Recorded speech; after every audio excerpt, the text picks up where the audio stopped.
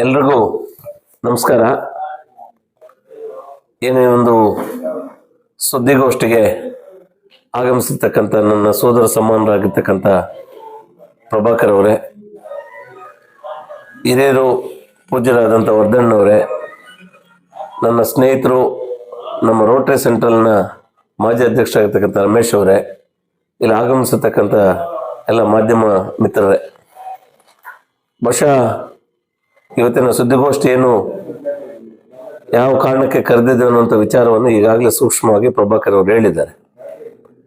ಇವತ್ತು ನಿಮ್ಮನ್ನ ತುರ್ತಾಗಿ ಕರೆಸ್ಕೊಂಡು ಸುದ್ದಿಗೋಷ್ಠಿ ಮಾಡ್ತಕ್ಕಂಥ ಒಂದು ಸಂದರ್ಭ ಏನಂದ್ರೆ, ಇತ್ತೀಚೆಗೆ ನಮ್ಮ ಪೂರ್ವದಿಂದ ನಮ್ಮ ಕಾಡೇನಹಳ್ಳಿ ನಾಗರಾಜ್ ಅವರು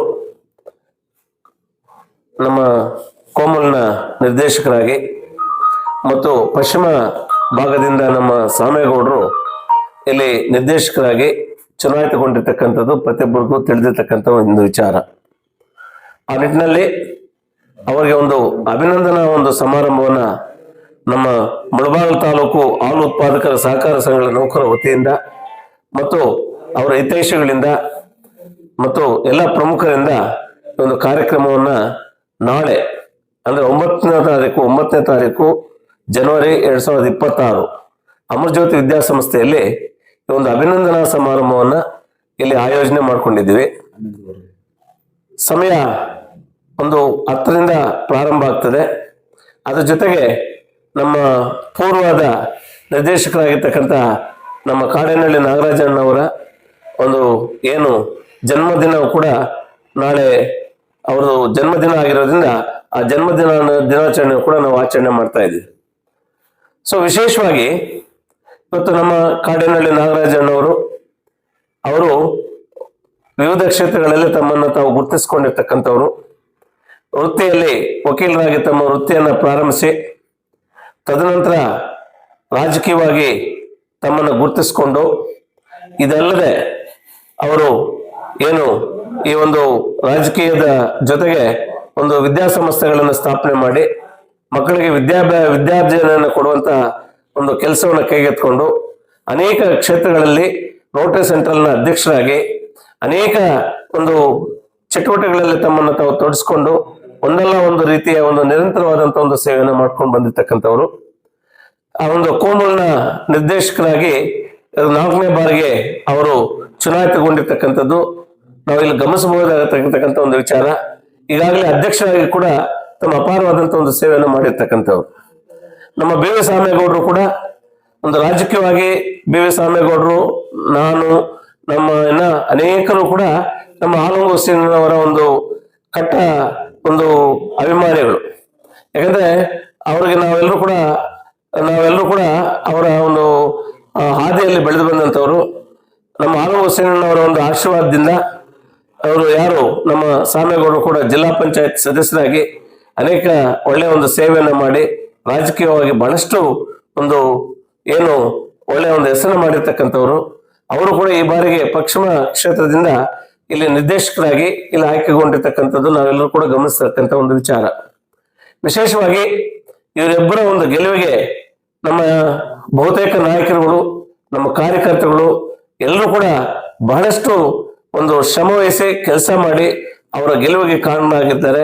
ಅವರು ಕೂಡ ಈ ಸಂದರ್ಭದಲ್ಲಿ ನಾವು ನೆನೀತಾ, ನಮ್ಮ ನಾಯಕರುಗಳನ್ನು, ನಮ್ಮ ಕಾರ್ಯಕರ್ತರನ್ನು ಕೂಡ ನಾನು ನೆನೀತಾ, ಸೊ ಅವರ ಗೆಲುವಿಗೆ ಯಾರೆಲ್ಲ ಒಂದು ಶ್ರಮ ವಹಿಸಿ ಕೆಲಸ ಮಾಡಿದ್ದಾರೆ ಅವರನ್ನು ಕೂಡ ಈ ಸಂದರ್ಭದಲ್ಲಿ ನಾವು ಸ್ಮರಿಸಬೇಕಾಗ್ತದೆ.